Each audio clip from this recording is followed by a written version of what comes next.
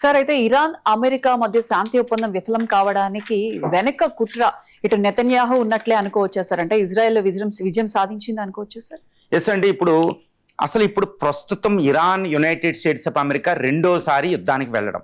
ఈసారి యుద్ధం దీర్ఘకాలిక యుద్ధం అవసరం అయ్యేటట్టుంది. ఎట్టి పరిస్థితుల్లో శాంతి ఒప్పందం కుదురుతుంది, రెండు యుద్ధాలు మానేస్తాయి అనుకున్నాం.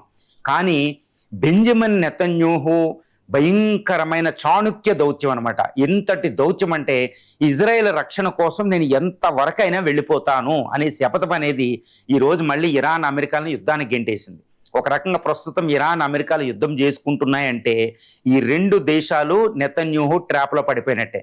ఈవెన్ ఇరాన్ కూడా నెతన్యాహు ట్రాప్లో పడినట్టు అమెరికా అధ్యక్షుడు ట్రంప్ కూడా యుద్ధ ట్రాప్లో పడిపోయాడు. ఎందుకంటే గుర్తుపెట్టుకోవాలి, ఫిబ్రవరి 28కు ముందు యుద్ధం కూడా ట్రంప్ బెంజమిన్ నెతన్యాహు చెప్పినట్టే విన్నాడు అని యుఎస్లో రిజైన్ చేసిన పెంటగన్ అఫీషియల్సే చెప్పేశారు.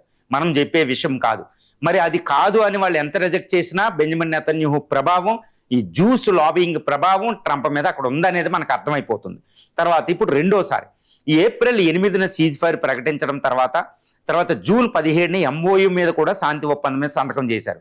కానీ ఎంఓయూలో చేసిన 14 అంశాల్లో ఒకటైన ఈ ఇజ్రాయెల్ అనేది లెబనాన్ హిజ్బుల్లా మీద అటాక్ చేయకూడదు అని ఇరాన్ పెట్టిన కండిషను ఎప్పుడూ నెతన్యాహు మానలే, ప్రతిరోజు చేస్తూనే ఉన్నాడు.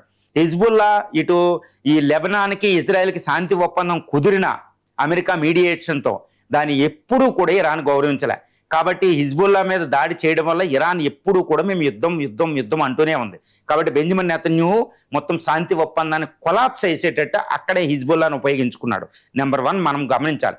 ఇక రెండోది ఏంటంటే ఈ ట్రంప్ మళ్ళా ఈయన ఉచ్చులో పడిపోయాడు. ఏ విధంగా ఈ ట్రాప్లో మీన్ను లేపేయడానికి, అసాసినేషన్ చేయడానికి ఇరాన్ను ఐఆర్జీసీ తన చేతిలోనే అత్యంత డేంజరస్ కమాండోలైన కట్స్, అదేవిధంగా ముక్తార్ ఫోర్సెస్ రంగంలో దింపింది, నిన్ను చంపేస్తారు వీళ్ళు అనేది చెప్పేటప్పటికే ట్రంప్ రెండోసారి యుద్ధంలోకి నన్నే చంపుతారన్నట్టు ఆయన యుద్ధంలో పడిపోయాడు అనమాట. ఈ మొసాద్ యొక్క ఇంటెలిజెన్స్ అలా ఉంటుంది అనమాట. ఈ నెతన్యాహు యుద్ధ తంత్రం అలా ఉంటుంది. ఈ విధంగా ఇద్దరు శత్రువులు ఒకరికొకరు కొట్టుకునేటట్టు ఇజ్రాయెల్ ప్రయత్నం చేసింది. కాబట్టి యుద్ధం ఆగడం అనేది ఇజ్రాయెల్కి అసలు ఏ మాత్రం కూడా ఇష్టం లేదు. ఇప్పుడు అక్టోబర్లో ఎలక్షన్ జరగబోతున్నాయి ఇజ్రాయెల్లో.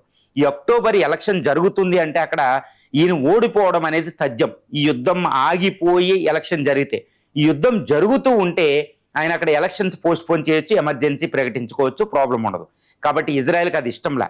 రెండోది ఏంటంటే ఈ శాంతి ఒప్పందం కుదిరితే ఇరాన్ అనేది గల్ఫ్లో సూపర్ పవర్ అయిపోతుంది. ఇజ్రాయెల్ ఓటమి, శాంతి ఒప్పందంతో ఇజ్రాయెల్ ఓడిపోయినట్టు అయిందనమాట. కాబట్టి శాంతి ఒప్పందం కుదరడం అనేది ఇజ్రాయెల్కి ఏ మాత్రం ఇష్టం లేదు. ఒకప్పుడు 2015లో ఒబామా శాంతి ఒప్పందాన్ని, న్యూక్లియర్ ఒప్పందాన్ని కూడా విఫలమయ్యేటట్టు చేసింది ఇజ్రాయెలే. ఎందుకంటే అమెరికా చేతిలో ఎప్పుడు ఇరాన్ యుద్ధంలో ఓడిపోతూ ఉంటేనే ఇజ్రాయెల్కి సేఫ్ సైడ్ అనమాట. ఎందుకంటే అమెరికా అనేది సూపర్ పవర్, అది ఎంత వరకైనా తట్టుకుంటుంది. అది ఓడిపోవచ్చు కానీ అమెరికా పవర్ పోదు, అంత పెద్ద దేశం. కాబట్టి అమెరికాని ఎంతసేపు ఇరాన్ మీద రెచ్చగొట్టడం. అందుకని ఎట్టి పరిస్థితుల్లో శాంతి ఒప్పందం విఫలం అవ్వకపోతే ఇరాన్ సూపర్ పవర్ అయిపోతుంది. ఎందుకంటే ఆ శాంతి ఒప్పందం ప్రకారం హర్ముజ్ స్ట్రైట్ మీద దాని మీద కంట్రోల్ వెళ్ళిపోతుంది. న్యూక్లియర్ ప్రోగ్రామ్ మొత్తం కట్టడి చేయలేదు కాబట్టి న్యూక్లియర్ బాంబు వచ్చేస్తుంది. తర్వాత ఇరాన్కి తన యొక్క $200 బిలియన్ నిధులు కూడా మళ్ళీ వచ్చే అవకాశం ఉంది. కాబట్టి ఇరాన్ సూపర్ పవర్ అయిపోతుంది.